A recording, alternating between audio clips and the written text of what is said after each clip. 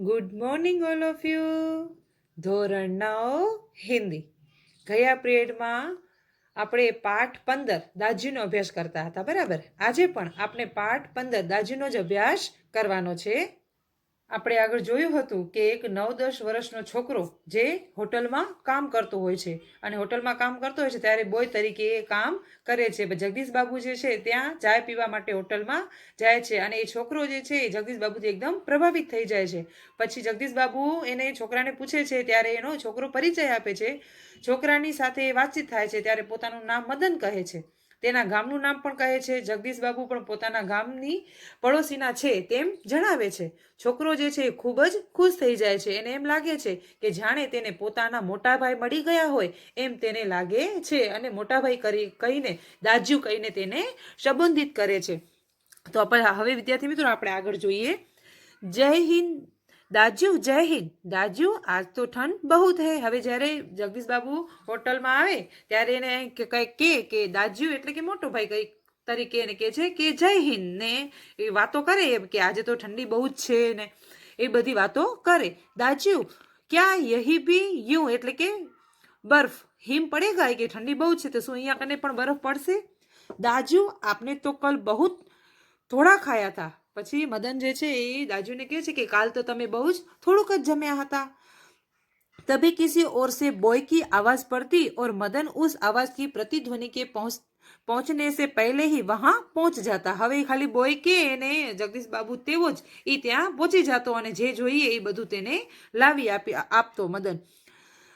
Order लेकर फिर जाते जाते जगदीश बाबू से पूछता, दाजू कोई चीज? હવે બીજાનો ઓર્ડર હોય છતાં પણ બાજુમાં જગદીશ બાબુ બેઠા હોય તો એને પૂછે કે હું કાંઈ બીજી વસ્તુ લઈ આવું તમારા માટે? તો કે સે પાनी लाओ. तो के हाँ लाया दाजू. शब्दों को उतना ही आतुरता से और लगन से दोहराता जितनी आतुरता से बहुत दिनों के बाद मिलने पर भी माँ अपने बेटे को चूमती है. હવે એ જેવું કે એટલે એક વાતમાં એનું દાજ્યુ દાજ્યુ દાજ્યુ ચાલુ જ હોય. ઘણા બધા હોટલમાં બેઠા હોય છતાં પણ એને હું આ લઈ આવું દાજ્યુ, તે લઈ આવું દાજ્યુ એમ કરીને દાજ્યુ તો એને સંબંધિત મોટા ભાઈ તરીકે તો એ સંબોધતા હતા એને. कुछ दिनों बाद जगदीश बाबू का एकाकीपन दूर हो गया. હવે થોડાક દિવસ વીતી ગયા પછી જગદીશ બાબુનું જો એકલાપણું જે હતું એ દૂર થઈ ગયું. એને એમ થયું કે ના અમારું કોઈ કયા છે. પરિચય થયો એટલે એને એવું લાગ્યું. उन्हें अब चौक कैफे की नहीं सारा शहर अपनेपन के रंग में रंगा हुआ सा लगने लगा. परंतु अब उन्हें यह बार बार दाजू कहलाना अच्छा नहीं लगता और यह मदन था कि दूसरी टेबल से भी दाजू. હવે આ દાજ્યુ મદન જે છે એ દાજ્યુ દાજ્યુ બીજી ટેબલમાં હોય તો દાજ્યુ, ત્યાં હોય તો દાજ્યુ. દાજ્યુ શબ્દ એના મોઢામાં જ હોય. બીજે ગમે ક્યાં કામ કરતો બીજા ટેબલ ઉપર જમવાનું દેવા ગયો છતાં પણ એને દાજ્યુ દાજ્યુ કરીને પુકારતો.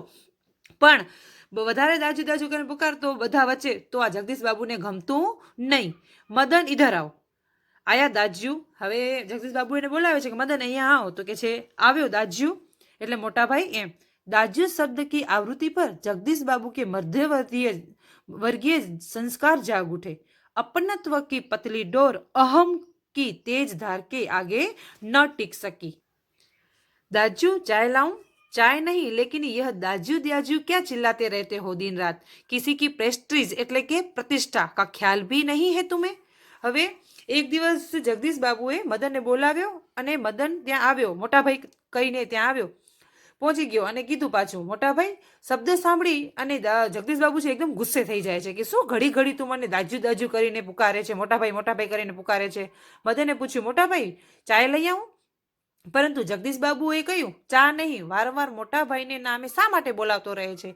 કોઈની પ્રતિષ્ઠાનો પણ તને ખ્યાલ છે કે શું? હવે જગદીશ બાબુ પોતાનો રંગ બતાવી દીધો. એને શું કીધું? હવે છોકરો તો હોટલમાં કામ કરતો હતો ને તો એને મોટા ભાઈ કરીને સંબંધતો હતો છતાં પણ જગદીશ બાબુ જે છે એના સંસ્કાર જે છે એ કીધું એને એની કેવી અપનત્વની ડોર હતી જે પછી એની ડોર જે છે એ તે જ અહંકારમાં ફેરવાઈ જાય છે કે આ શું અહીંયા શું કે હોટલમાં કામ કરતો છોકરો મને મોટા ભાઈ તરીકે કે આ બધા સાંભળતા હોય, શું એને પ્રતિષ્ઠાનો ખ્યાલ નથી? એવું એને કીધું એને આ મદનને બોલાવીને. જગદીશ બાબુ કા મુંહ ક્રોધ કે કારણ તમતમા ગયા. શબ્દો પર અધિકાર નહીં રહ સકા. હવે એને એટલું બધું મદનને એટલું બધું કહી દીધું, એટલું ક્રોધમાં એટલું બધું કહી દીધું પણ શબ્દો ઉપર કોઈ જ એને ખ્યાલ જ ન રહ્યો કે મદનને શું કહી રહ્યા છે. મદન પ્રેસ્ટીજ કા અર્થ સમજ सकेगा या नहीं यह भी उन्हें ध्यान नहीं रहा, पर मदन बिना समझाए ही सब कुछ समझ गया था. હવે મદનને તો ખબર પડી ગઈ કે એ શું કહેવા માંગે છે. એને પ્રતિષ્ઠાનો પ્રેસ્ટીજ એટલે કે પ્રતિષ્ઠાનો એને મદનને ખ્યાલ છે કે નહીં, એને જગદીશબાબુ જરાય વિચાર્યું નહીં કે એને એટલી ખબર પડશે કે નહીં પડે. છતાં પણ મદન જે છે એ તો સમજી જાય છે કે એને મને કઈ રીતે કહે છે. મદન કો જગદીશ બાબુ કે વ્યવહાર સે ગહરી ચોટ લગી. હવે મદન એના માટે ઘણું બધું કરતો હતો. એને એમ થયું કે જગદીશ બાબુ તો મારા જ પહાડી ક્ષેત્રમાં રહેતા વ્યક્તિ છે, એટલે પોતાનાપણાનો ભાવ એને લાગ્યો. એટલે એને બધું જ મદન જે છે એને જગદીશ બાબુને દાજુ મોટા ભાઈ તરીકે કહેતો અને જે જોઈતું એ બધું લઈ આપતો. પછી એને એના હૃદયમાં એકદમ ગહરી ચોટ લાગી જાય છે કે આવું મને કેમ કહી દીધું. મેનેજર સે સિર દર્દ કા બહાના કર વહ ઘુટનો મેં સર દે કોઠરી મેં સિસકિયા ભર ભર કર રોતા રહા. પછી એને મેનેજરને એને એમ કીધું કે મને માથું દુખે છે, સિર દર્દનું બાનું એટલે માથા દુખવાનું બાનું કરી ગયો. અને પછી એકદમ જ્યારે આમ સિસકિયા ભરીને એટલે મોટા અવાજે ન રોઈ શકે એવી રીતે ડુસકા ભરીને એ રોવા લાગ્યો કે એને મને આવી રીતે કહી દીધું. घर गांव से दूर ऐसी परिस्थिति में मदन का जगदीश बाबू के प्रति आत्मीयता प्रदर्शन स्वाभाविक ही था. હવે કોઈ આપણે અલગ દેશમાં આવ્યા હોય ને આપણું કોઈક પોતાનું મળી જાય તો આપણને સ્વાભાવિક છે કે આપણે પોતાનાપણાનો ભાવ આવે જ.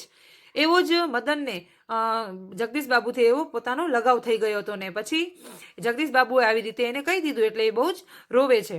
इसी कारण आज प्रवासी जीवन में पहली बार उसे लगा जैसे किसी ने उसे ईजा की गोदी से बाबा की बाहों के और दीदी के आंचल की छाया में बलपूर्वक खींच लिया हो, परंतु भावुकता स्थायी नहीं हो तो रो लेने पर अंतर की गुमड़ती वेदना की आंखों की राह बाहर निकाल लेने पर मनुष्य जो भी निश्चय करता है वे भावुक क्षणों की अपेक्षा अधिक विवेकपूर्ण होती हैं. જ્યારે જગદીશ બાબુએ એને ક્રોધમાં કહી દીધું ત્યારે એની મા, બાબુજી, પછી દીદી એનાથી દૂર રહેવાનો અહેસાસ થવા લાગ્યો. મદન પૂર્વવ્રત કામ કરને લગા. મદન પાછો પોતાના કામમાં લાગી જાય છે. दूसरे दिन कैफे जाते हुए अचानक ही जगदीश बाबू की भेंट बचपन के सहपाठी हेमंत, सहपाठी એટલે કે એની સાથે ભણતા હોય એને કહેવાય સહપાઠી, से हो गई. હવે બીજે દિવસે કેફ એટલે કે હોટલમાં જાય છે ત્યારે અચાનક જગદીશ બાબુ સાથે જે ભણતા હતા ને એ हेमंत साथे थाय छे. कैफे में पहुंचकर जगदीश बाबू ने इशारे से मदन को बुलाया, परंतु उन्हें लगा जैसे वह उनसे दूर दूर रहने का प्रयत्न कर रहा हो. હવે બીજે દિવસે એવું થયું કે હવે ઘણું બધું કહી દીધું એટલે એને જગદીશ બાબુ ઈશારાથી બોલાવે છે ત્યારે એમ લાગે છે કે એ એનાથી દૂર દૂર ભાગવાનો પ્રયત્ન કરી રહ્યો છે. दूसरी बार बुलाने पर ही मदन आया. પહેલા તો એને ન બોલાવતા જગદીશ બાબુ છતાં એને હું આ લઈ આવું, હું તે લઈ આવું એમ કરતો. પછી જગદીશ બાબુ એટલું કીધું એટલે પછી એને બીજી વાર બોલાવ્યો ત્યારે મદન આવે છે. आज उसके मुंह पर वह मुस्कान नहीं और नहीं उसके क्या लाऊं दाजू कहा. હવે એને ખબર પડી કે જગદીશ બાબુને કે મેં કીધું એ મદનને સારું લાગ્યું નથી. પેલા જેવી એના ચહેરા ઉપર મુસ્કાન હતી નહીં. હવે એમ પણ નથી કહેતો કે હા લઈ આવું દાજુ, લઈ આવું મોટા ભાઈ, એવું કહેતો નથી. સ્વયં જગદીશ બાબુ को ही कहना पड़ा 2 चाय 2 आमलेट. પછી એને એમ ના કીધું કે હું શું લઈ આવું કે શું નહીં. એને બધું જ ખબર હતી કે જગદીશ બાબુને અત્યારે શું જોઈએ છે, રાતે શું જોઈએ છે, બપોરે શું જોઈએ છે, પણ એને કેવું પડ્યું કે 2 ચાય ને 2 આમલેટ લઈ આવ. પરંતુ તબ भी लाया दाजू कहने की अपेक्षा લાયા સાબ કહકર વહ ચલ દિયા. હવે એને કહી દીધું એટલે એને એમ ના કીધું કે લાયા દાજુ, એવી અપેક્ષા ન હતી. પછી એને શું કીધું લાયા સાબ. હવે દાજુની જગ્યાએ સાબ કહેવા લાગે છે. કેમ કે એની દિલને બહુ જ ગહેરી ચોટ લાગી ગઈ છે. એને એમ કીધું કે મને વારે ઘડી દાજુ ન કહેવાનું. પછી કીધું કે લાયા, હા લઈ આવું સાહેબ. માનો દોનો અપરિચિતો, કેટલા પરિચિત હોવા છતાં હવે શું થઈ ગયા, એકદમ અપરિચિત હોય એવું લાગવા લાગ્યું. શાયદ પહાડિયા હે ક્યા, हेमंतने अनुमान लगाकर पूछा. હવે એના સહપાઠી જગદીશ બાબુના સહપાઠી હેમંત પૂછે છે કે શું આ પહાડિયા હોય ને જ્યાં રહેતો તો એને ખબર પડી ગઈ કે એ એકદમ નીચી કાસ્ટનો છોકરો છે. એને કીધું કે એ છે એવું અનુમાન લગાવીને કહે છે, પૂછે છે. हाँ रूखा सा उत्तर दे दिया जगदीश बाबू ने और वार्तालाप का विषय ही बदल दिया. मदन चाय ले आया था. હવે જગદીશ બાબુ કીધું અને પછી જે વાર્તાલાપ એનો જે વિષય હતો આખો બદલાવી નાખે છે. क्या नाम है तुम्हारा लड़के, हेमंत ने एहसान चढ़ाने की गरज से पूछा. હવે હેમંત છે સહપાઠીને પૂછે કે તારું નામ શું છે. कुछ क्षणों के लिए टेबल पर गंभीर मौन छा गया. હવે થોડીક વાર માટે એ ટેબલ ઉપર એકદમ ગંભીર મૌન छवाई જાય છે, एकदम चुप થઈ જાય છે બધા। जगदीश बाबू की आंखें चाय की प्याली पर ही झुकी रह गई। मदन की आंखों के सामने विगत स्मृतियां घूमने लगी। હવે ચાયની પ્યાલી આપી દીધી હતી છતાં પણ મદનની સામે એની આંખો જે છે એકદમ વિગત કે જે બધી વસ્તુ થઈ એ દાજુ ન કહેવાનું, એને કેવું લાગ્યું છે એ બધી વિગત જે સ્મૃતિ યાદ હતું એ બધું ઘૂમવા લાગ્યું। जगदीश बाबू का एक दिन ऐसे ही नाम पूछना, फिर दाजू आपने तो कल थोड़ा ही खाया और एक दिन किसी की प्रेस्टीज का ખ્યાલ નહીં રહેતા तुम्हें। હવે ક્યારેક જ્યારે પરિચિત થયો તો ત્યારે કેવી વાતો થતી હતી અને પછી એને ક્રોધમાં કેવું કહી દીધું જગદીશ બાબુ, એ બધું જ એના મનમાં વિચાર ઘૂમવા લાગે છે જગદીશ બાબુને। जगदीश बाबू ने आंखें उठाकर मदन की ओर देखा। उन्हें लगा जैसे अभी वह ज्वालामुखी सा फट पड़ेगा। हेमंत ने आग्रह के स्वर में दोहराया, क्या नाम है तुम्हारा। પછી હેમંત જે છે એને પૂછે છે તારું નામ શું છે। બોય કહેતે હે સાબ મુझे, એ કહે છે કે મને અહીંયા હોટલમાં બધા બોય કરીને બોલાવે છે। સંક્ષિપ્ત સા ઉત્તર દેકર વહ મુડ ગયા। સંક્ષિપ્ત એટલે ટૂંકું, સાવ ટૂંકુને ટચ ઉત્તર દઈ અને એ પાછો હાલ્યો જાય છે। आवेश में उनका चेहरा लाल होकर और भी अधिक सुंदर हो गया था।